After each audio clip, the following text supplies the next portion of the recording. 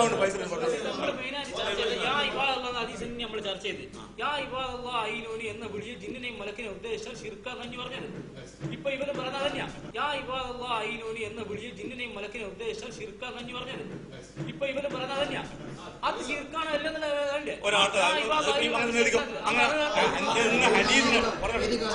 ഹദീസിന്റെ അടിസ്ഥാനത്തിൽ പറഞ്ഞു യാ ഇബാദല്ലാ എന്നൊരാൾ വിളിച്ചു. ഒരാൾ യാ ഇബാദല്ലാ എന്ന് ഞങ്ങൾ തന്നെ പറഞ്ഞു. യാ ഇബാദ് എന്നാണ് ഒരാൾ വിളിച്ചാൽ അതൊരു ദിക്ർ എന്ന അർത്ഥത്തിലാണ് വിളിച്ചതെങ്കിൽ ഹദീസ് ദുർബലമായതിന്റെ വശം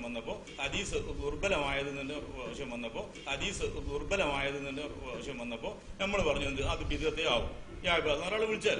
എന്നാൽ ഒരാൾ അതിൽ ജിന്ന് സഹായിക്കും മലക്ക് സഹായിക്കും എന്നൊരാൾ വിശ്വസിച്ചു. യാ ഇബാദ് എന്ന് വിളിക്കുമ്പോൾ ജിന്ന് സഹായിക്കും മലക്ക് സഹായിക്കും എന്നൊരാൾ വിശ്വസിച്ചു. എന്നാൽ അതിൽ ശിർക്ക് വരും എന്ന് നമ്മൾ പറഞ്ഞത്. നിങ്ങൾക്ക് അങ്ങനെ ശിർക്ക് വരില്ല. നിങ്ങൾ പറഞ്ഞു യാ ഇബാദ് അല്ലാഹുവിന്റെ അടിമകളെ എന്നൊരാൾ വിളിച്ചു. ഒരു മലയാളി അള്ളാന്റെ അടിമകളെ എന്ന് വിളിക്കുക. ചിലപ്പോൾ അറബി ചിലപ്പോൾ യാ ഇബാദ് എന്ന് പറയും. അപ്പൊ ഒരാൾ അള്ളാന്റെ അടിമകളെ എന്ന് വിളിച്ചാല് അതിൽ ജിന്നോ മലക്കോ സഹായിക്കും എന്നൊരാൾ വിശ്വസിച്ചുകൊണ്ട് വിളിച്ചാൽ ശിർക്ക് വരും. നിങ്ങൾ അങ്ങനെ ഇരിക്കുന്നത്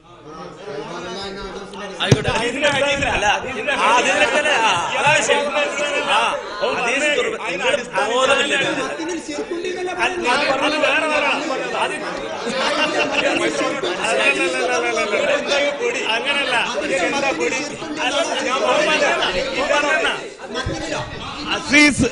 അസീസ് പറഞ്ഞ യാ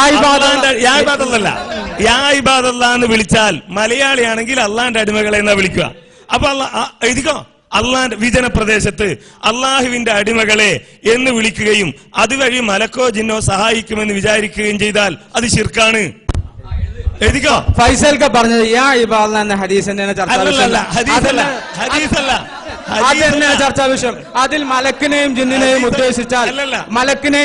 ഉദ്ദേശിച്ചാൽ ശിർക്കാണ് അല്ലാന്ന് ഞങ്ങളും അതിൽ ഇൻഷാ അല്ലാഹ് അതിൽ വ്യതിയാനിച്ചിട്ടുണ്ടോ ഇല്ലെന്നില്ല.